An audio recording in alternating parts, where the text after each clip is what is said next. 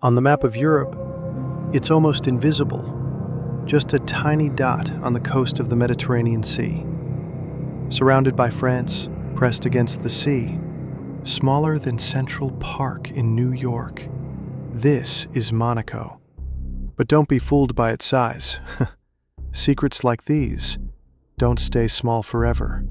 Because this 2-square-kilometer country has more billionaires per square mile than anywhere else on Earth. And yet, behind the glamour lies a story most never hear. This is Monaco and the billionaires, the paradise with a hidden side. On the surface, the answer seems obvious. Sun-soaked beaches, super yachts lined up in the harbor, casinos glittering with gold. But the truth runs deeper. The secret isn't just the sunshine. It's the system. You see, Monaco doesn't tax personal income, not a single euro. For billionaires, this isn't just paradise. It's a fortress for their fortune.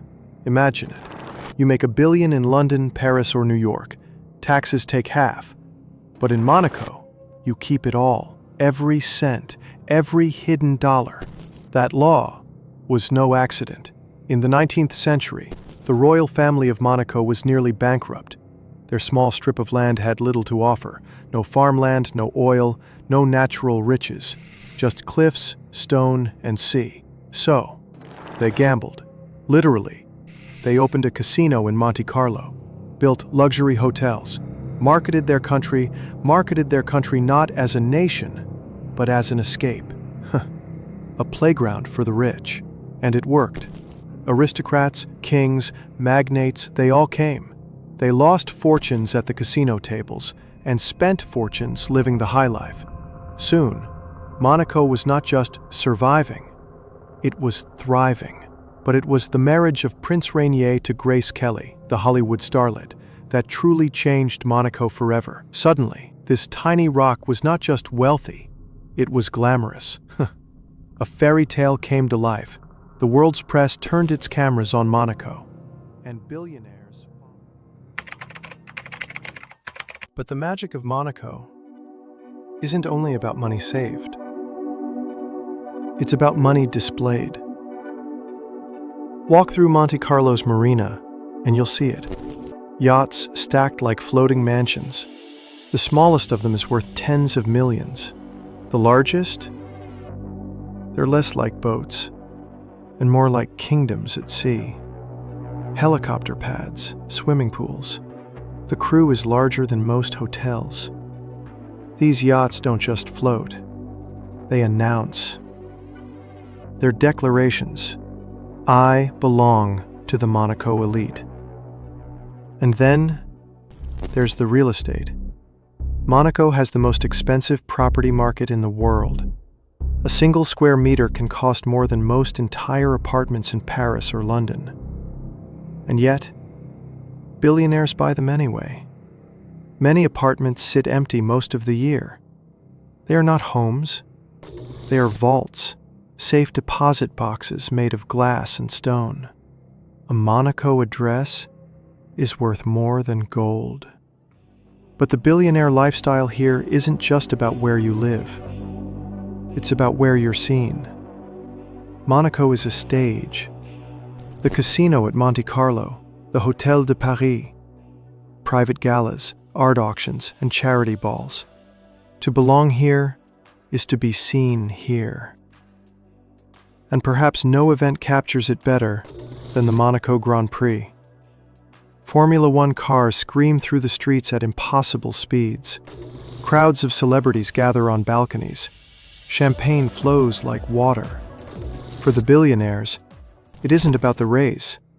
It's about the spectacle. About reminding the world that they are here. But behind the parties, the yachts, the endless flashing cameras, lies a quieter world. A world few outsiders ever glimpse.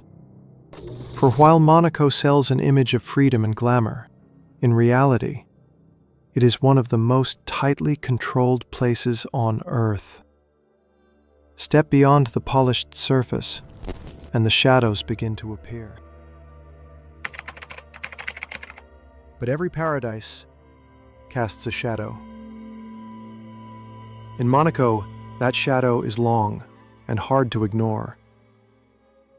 First, the people you don't see.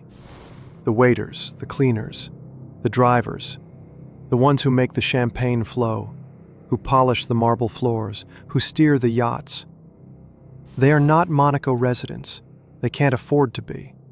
Every morning, tens of thousands cross the border from France and Italy.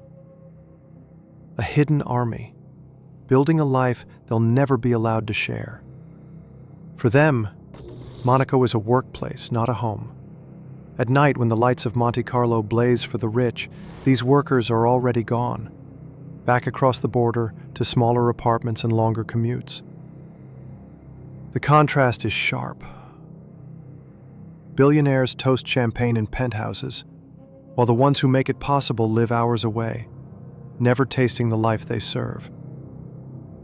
And then, there's the cost of living.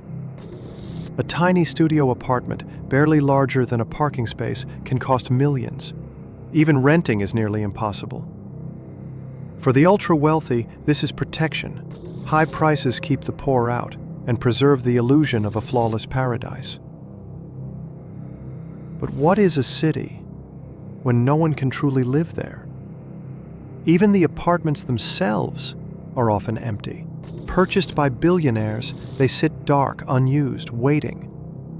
Real estate here is not for living. It is for storing money. A glass vault on the Mediterranean. And yet, control here goes beyond money.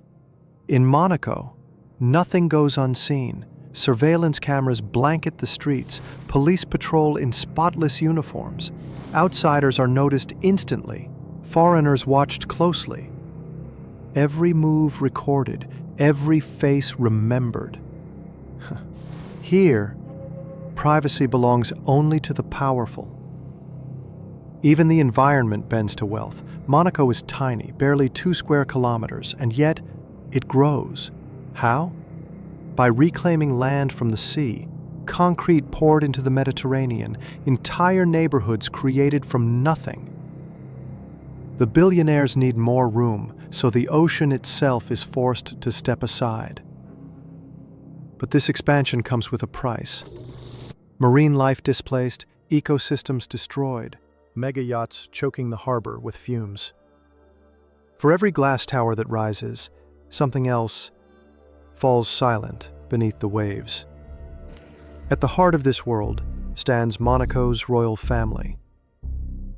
To tourists, they are symbols of elegance and glamour. Fairy tale weddings, princes and princesses, a living storybook. But behind palace walls, whispers of scandal echo. Affairs, power struggles, corruption. Secrets carefully hidden from the world's gaze. In truth, Monaco is not a democracy. It is a stage, ruled by one family, where wealth writes the script. And yet, the billionaires stay. They stay because in Monaco, their wealth is safe. Their secrets are guarded, their power unquestioned. It is the ultimate illusion, freedom, built on invisible chains. Because here, paradise isn't free. Someone always pays the price.